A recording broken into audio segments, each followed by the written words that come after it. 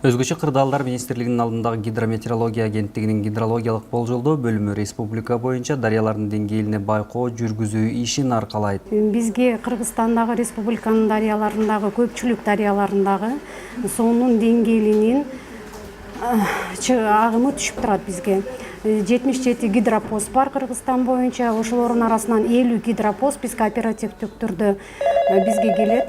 Бизде видео код менен келет. Ал ар бир ИКанын өзүнүн баягы всемирный бүткүл дүйнөлүк метеорологиялык уюму бар да, ошол уюмдун аркасында бизде бир код болот. Ошол кодду менен суунун эртең мененки деңгээли канча сантиметр өзгөрүлгөндө ошонун баарын биз изилдеп, жазып, аны ал только суунун деңгээли келет. Биз деңгээлин кривой расхода деп коебуз, ошондой мен чыгарып расходко айландырабыз. Суунун деңгээлине байкоо жүргүзүү кырсыктардын, өзгөчө сел кырсыгынын алдын алууда чоң мааниге ээ. Бул боюнча маалыматтар тиешелүү мекемелерге берилип, кырсыктын алдын алуу иш-аракеттери көрүлөт. Суунун ченемин өлчөп турушат, ошол өлчөмгө карата биз ошону өлчөп, түшүндүрүп, баарын жазып, күнүмдүк бюллетень кылып чыгарабыз. Ал суунун суткалык обзорун биз чыгаргандан кийин ал бүт МЧСке, бүт структурага, правительствого күнүгө кетип турат.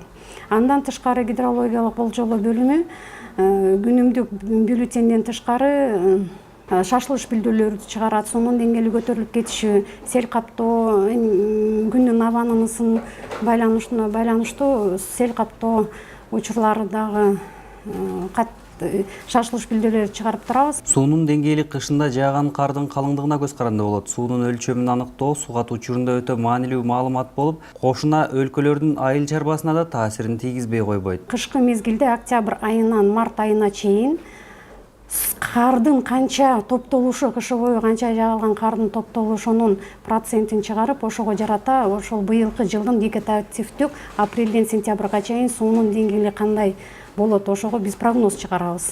Көп ал долгосрочный прогноз деп коет, 6 айлык прогноз. Андан тышкары 1 айлык прогноздор чыгат, июнь айына, июль айына, ар бир айга сентябрга чейин чыгып турат. Андан тышкары декадный прогноз деп коебуз, 10 күндүк прогноз. Токтогул суу сактагычына, Орто Токой, Киров суу сактагычына 10 күндүк прогноздор чыгарылып турат. Алардын керектөөчүлөрү биздин департамент водного хозяйства алышат. Анан 5 күндүк Чүй областынын департаменти 5 күндүк суунун прогноздорун алып турат. 5 күндүк. Алар бул 5 күндүк, 10 күндүктөр суунун жанагы сугат маалында өзгөчө керектүү. Чүй дарыясы билесиздер, көпчүлүк Чүй району, андан тышкары биздин трансграничный суулар деп коебуз. Казакстанга кетет Чүйүн дарыясы, Таластагы Киров суу сактагычы Таласка кетет. Ошондуктан бул сугат маалында эң чоң маанилүү прогноз деп эсептелинет. Азыр сугат маалында элдин баары, биздеги фермерлик хозяйстволор көп, баардыгы мал чарба, айдоо аянттарын эгишет. Анан баарында эле суу керек да, суу деген баягы адамдын өмүрү булагы. Быйылкы жылдагы кардын көп жаашы жана жаздын жаан-чачындуу болушу өлкө аймагында күн ысыгандан тартып суунун деңгээлинин көтөрүлүшүнө алып келген. Жыйынтыгында дарыялардын угунан ашып, сел кырсыктары калкка жана айыл чарба жерлерине олуттуу зыяндарды алып келди. Суунун момундай көтөрүлүп кеткендери быйылкы жылы кардын топтолушу өтө жогорку ченемде болду. Процентин алганда 200%, 300%га чейин жетип, аябай көп топтолду. Ошолордун баары эми жаз келгенден баштап күндүн абанын ысышына, морики, бат-бат жаанчыл болду го быйылкы айлар. Жаандын байланышына ылайыктуу сел каптап, суунун деңгээли кескин көтөрүлүп, көпчүлүк Ош, Жалал Абад райондорунда селдер болуп, жана жер көчкүлөр аябай көп жүрдү. Суунун деңгээли коркунучтуу деңгээлден ашып да кетип жатты. Азыркы убакта, бүгүнкү убакта Ормаралда, Күмүштоодо ушундай коркунучтар турат. Дагы эле Жалал Абад областындагы Афлетим деп коесуңар, Көгар дарыяларында ушундай коркунучтар бар. Эгер кардын жаашы жогорку ченемде болсо, жаз алды менен сууга байланышкан кырсыктардын көбөйүшү турган кеп. Андыктан атайын метеостанциялардын жардамы менен кардын калыңдыгы боюнча карталар түзүлөт. Бул карталар кайсыл аймакта кар калың жааганын, суунун деңгээли кайсыл дарыяларда көтөрүлүшү мүмкүн экендигин алдын ала болжолдоого жардам берет. Бул цифралар процент. Канча проценттен жогору могу кызыл менен эметкендер эме кардын топтолушу өтө жогорку ченемде дегенди билдирет да. А көк менен бул нормадагы. Ошондуктан мынакей биздин Кыргызстандын картасында көпчүлүк аймактарда быйыл кардын топтолушу өтө жогорку ченемде болгондугун белгиленип турат. Ошого байланыштуу мына быйылкы биздин азыр бул мартта чыккан прогноз ушуну апрелге деп бергенде апрель, май, июнда мынакей азыр кардын тез эриши ушундай акыбалга алып келип турат. Гидрометеорология агенттигинин негизги функцияларынын бири катары аба ырайын болжолдоо эсептелинет. Мындай жумуш метеорологиялык болжолдоолор бөлүмүндө аткарылат. Биздин метеорологиялык болжолдоолор бөлүмүндө Кыргызстан аймактары боюнча 5 күнгө, анан Бишкек дагы Ош шаарлары боюнча 3 күнгө болжол түзүлөт. Андан кийин ар айда биз Кыргызстанда күтүлүп жаткан абанын температурасы дагы жаан-чачын боюнча болжол дагы жасайбыз. Аба ырайын болжолдоодо кошуна мамлекеттерде болуп жаткан аба ырайы да мааниге ээ. Болжол жасаш процессиде биз абдан көп информация колдонулат. Бул информациялар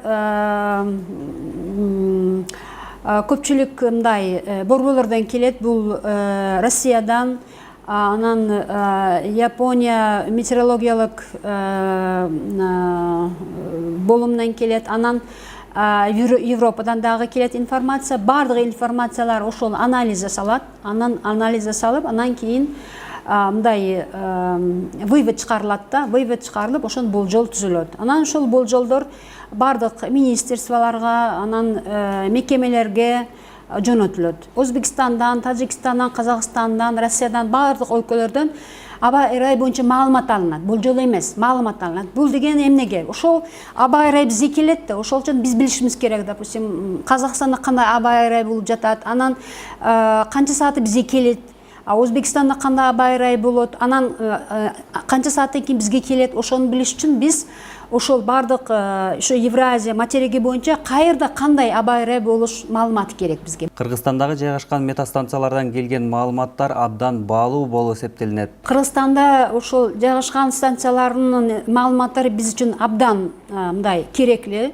Эмнеге дегенде биз ошол азыр кандай температура, эртеңки аба ырайынын болжолун түзүш үчүн обязательно азыр кандай аба ырайы болуп жатат, ошону билиш абдан зарур да. Анан кийин ошол кандай десе биринчи кадам септалат да. Анан кийин ошол температура мындай мисал алганда 20 градуспу келип жаткан аба ырайы ысыгыраак болсо, андан эртең күн 20 градустан жогору болот деп болжол түзүлөт.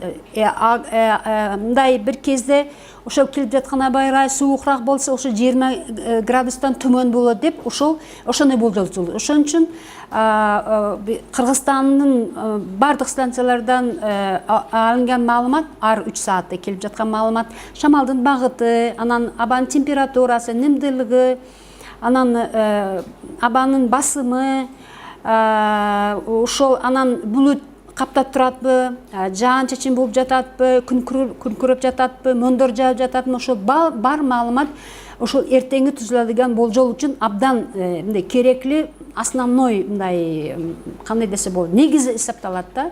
Ошон азыркы болгон маалымат пайдаланып, анан кийин 6 саатка, 12 саатка, 24 саатка болжол түзүлөт.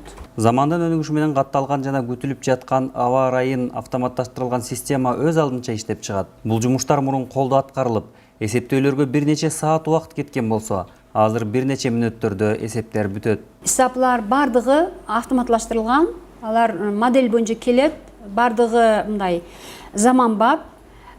Союз убактында бардыгын биз колдо жасайт эдик. Бизде мындай изотерма, изобара деп коет, ошо бардыгы колдо жасалат эди. Азыр бардыгы компьютерде жасалат. Анан бурун биз ошол анализга 2 саат убакыт кетет эди. Азыр ошол автоматлаштырылган жарым саатта бардык информация уже мындай даяр келет да, только прогнозист мындай көрүп, анан анализ жасайт. Кыргызстандын аймагы тоолуу болгондуктан аба ырайы тез-тез өзгөрүп турат. Андыктан өлкө жашоосунда мааниге ээ болгон аба ырайын болжолдоо мындан ары заманбап жабдуулар менен жогорку аныктыкта жүргүзүлө бермекчи.